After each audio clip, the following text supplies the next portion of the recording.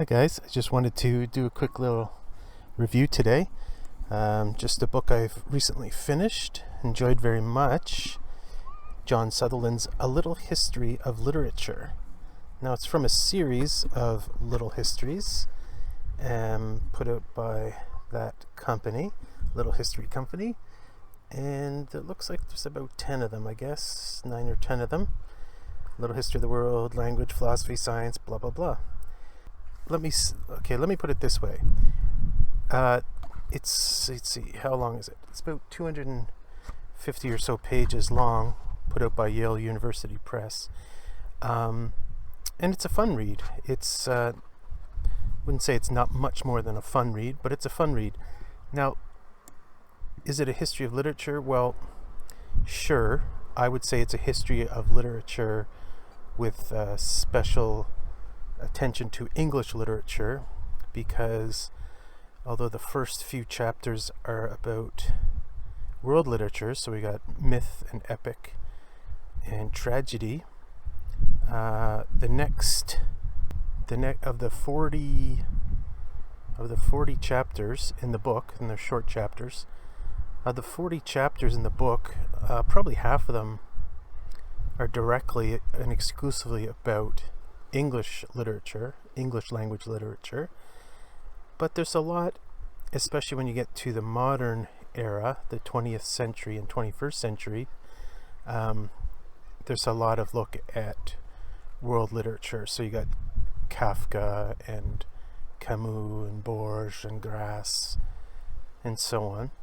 But I said it's a fun read, and if you're someone like me who wasn't professionally trained in literature, I don't have a degree in English or literature, it's kind of a good place to start, I suppose. You don't really have to have read many of these, or perhaps any of the authors featured, but it's a great place to know what there is to know. Okay, so what different categories of literature, different periods. Like I think I wasn't really sure what the Augustan era was. I didn't know where the title came from. For example, I didn't know what magical realism is. And that's chapter 36. I had heard about most of the writers and most of the books featured in this book, and I've read a great number of them, but sometimes it's really good to know the lay of the land, to know what there is to know. It's really approachable book. It's a fun book. Now, because it's a generalized book, and the guy is an expert in literature. The author, he's a professor of literature, but everyone makes mistakes. And I can't remember what the error is called or what the fallacy is called, but there's something about, like, when you know, if I remember it, I'll put it on the video here. If you're an expert in something and you realize someone like, say, a journalist or whatever, is writing about a topic that you know a great deal about, and they make mistakes, well, the inference there is, well, they must be making mistakes in other areas that you're not an expert in. I think that the one that bothered me, because it hits right in my own heart, was made, for instance, about Keats. And I don't know why it bothers me so much, but and generally what he said was accurate, but it was an error of exaggeration, I suppose.